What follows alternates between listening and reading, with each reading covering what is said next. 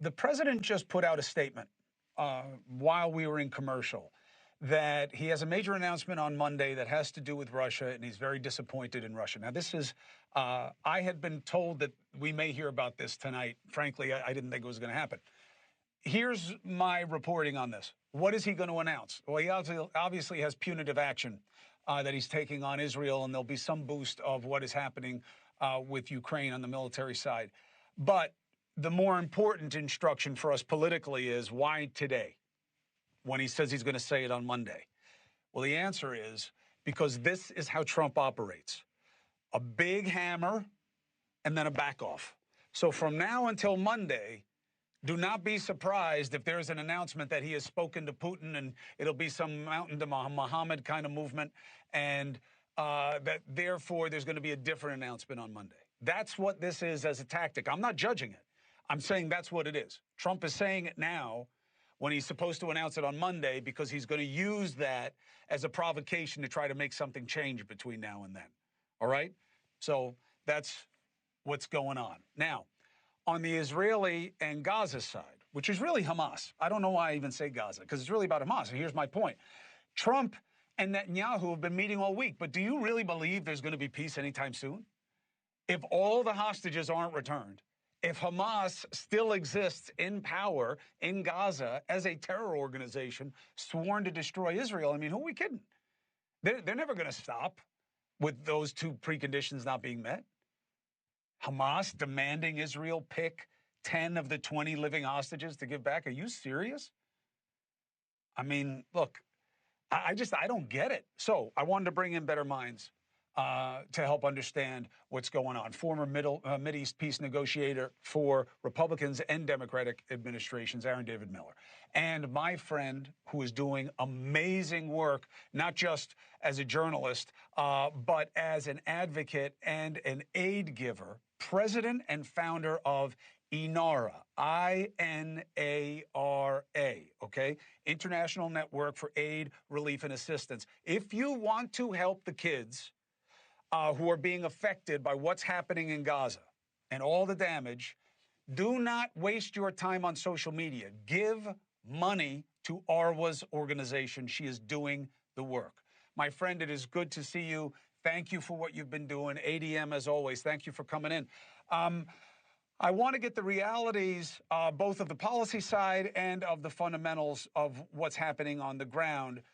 Aaron, the idea of a ceasefire with Hamas still there and you got to pick the hostages, but you're not getting them all.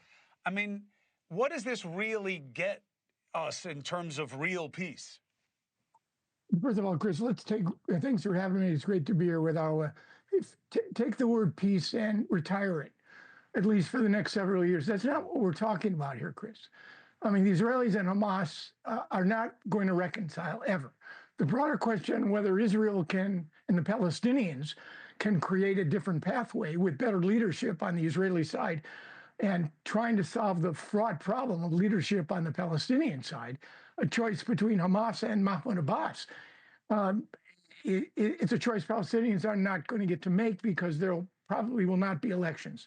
What you have now is a continuation of an incremental process of negotiations in which Hamas dribbles out its main leverage, the retention of hostages, the bodies they kept, the ones who died in captivity, and the ones they killed on October 7, plus the 10, 20 living hostages. Hamas will trade them.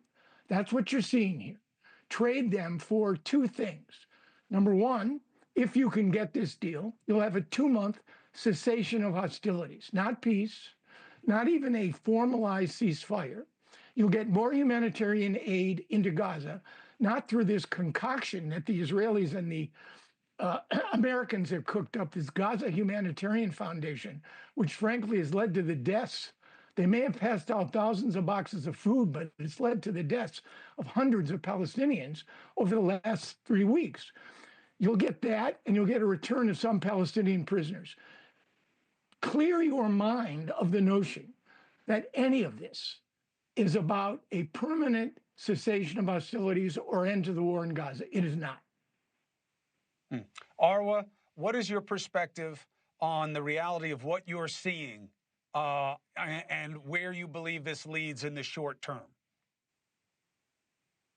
You know, Chris, when I talk to people who are in Gaza, they're flabbergasted about everything, frankly, because the situation there has crossed the line of indescribable a very, very long time ago. It's worth pointing out, though, and mentioning that when it comes to Hamas remaining in power, Hamas has actually said that it is more than willing to step out of the political arena when it comes to actually governing Gaza. And yes, absolutely, there is this great level of awareness, among Palestinians that they are just pawns in all of this, as are the hostages and as are, frankly, the IDF soldiers to a certain degree, who we're hearing coming out speaking more and more about a lot of the atrocities that they themselves have witnessed and that some of them have partaken in.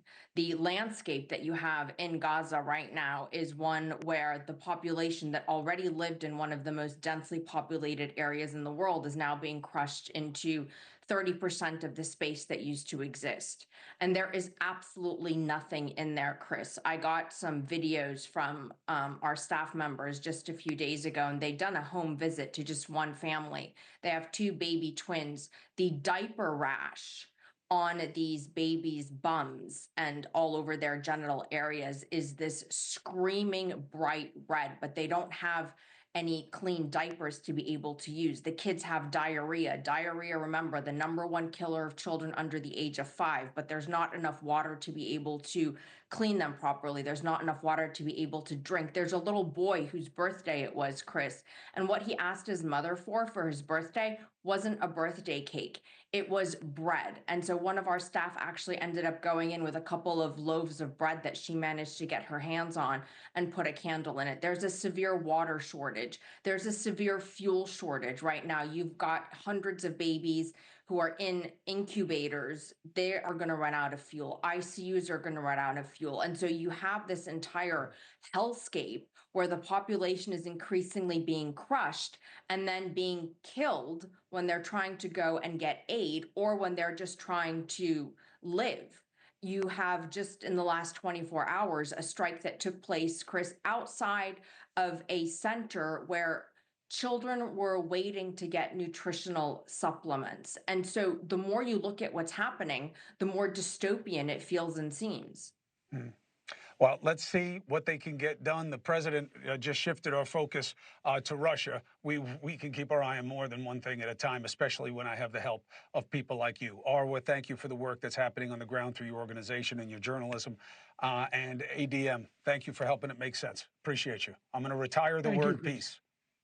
Thank you for watching. Subscribe below and download our NewsNation app right now on your phone, and you will get fact-based, unbiased news for all Americans.